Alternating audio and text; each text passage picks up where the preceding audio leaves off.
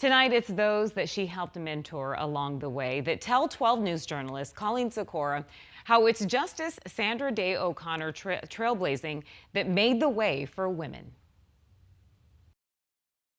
Justice O'Connor's perseverance so profound. You can't help but gasp over something like that. She just seems like the type of person that would just go on and on and on and be a perennial in our lives. Even her death, hard to grasp. We knew that Justice O'Connor had been not doing well. But somehow I told someone I really thought somehow she would be with us forever. She was such a strong person, mentally, emotionally, physically.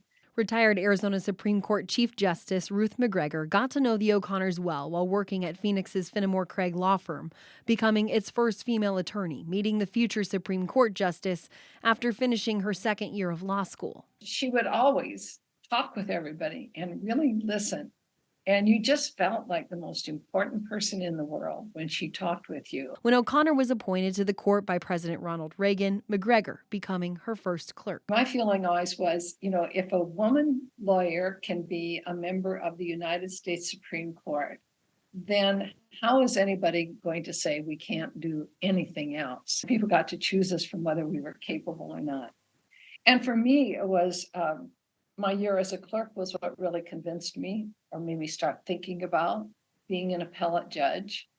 And certainly, Justice O'Connor's support and encouragement along the way made all the difference. McGregor sat on the State Court of Appeals and the Arizona Supreme Court and served as Chief Justice from 2005 to 2009. Justice O'Connor reached down to help everybody else up, and that left a responsibility on the next line to help the next ones up. That's what Arizona Supreme Court Vice Chief Justice Ann Timmer credits McGregor with. Ruth herself then became the second Chief Justice of the Supreme Court in Arizona and was a great mentor of mine and influence at least, and encouraged me to apply for the Supreme Court.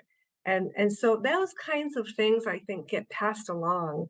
And so her legacy really will never be entirely known, but it will certainly be felt. Felt too in encouraging others. When I was fortunate enough to interact with her, I might mention something like, well, someone said I was at the time, the only woman on the Arizona Supreme Court. And she took me by the hands and said, well, what are you going to do about that? Like, I don't know, Justice O'Connor, but I'll get out there and try to encourage women to apply to be on the court. Leaving a legacy for generations to come. And the indirect impact of the trailblazer Justice O'Connor is felt beyond just her time in the Supreme Court. We'll share how she inspired other Arizona leaders tonight on 12 News at 6. Colleen Sikora, 12 News.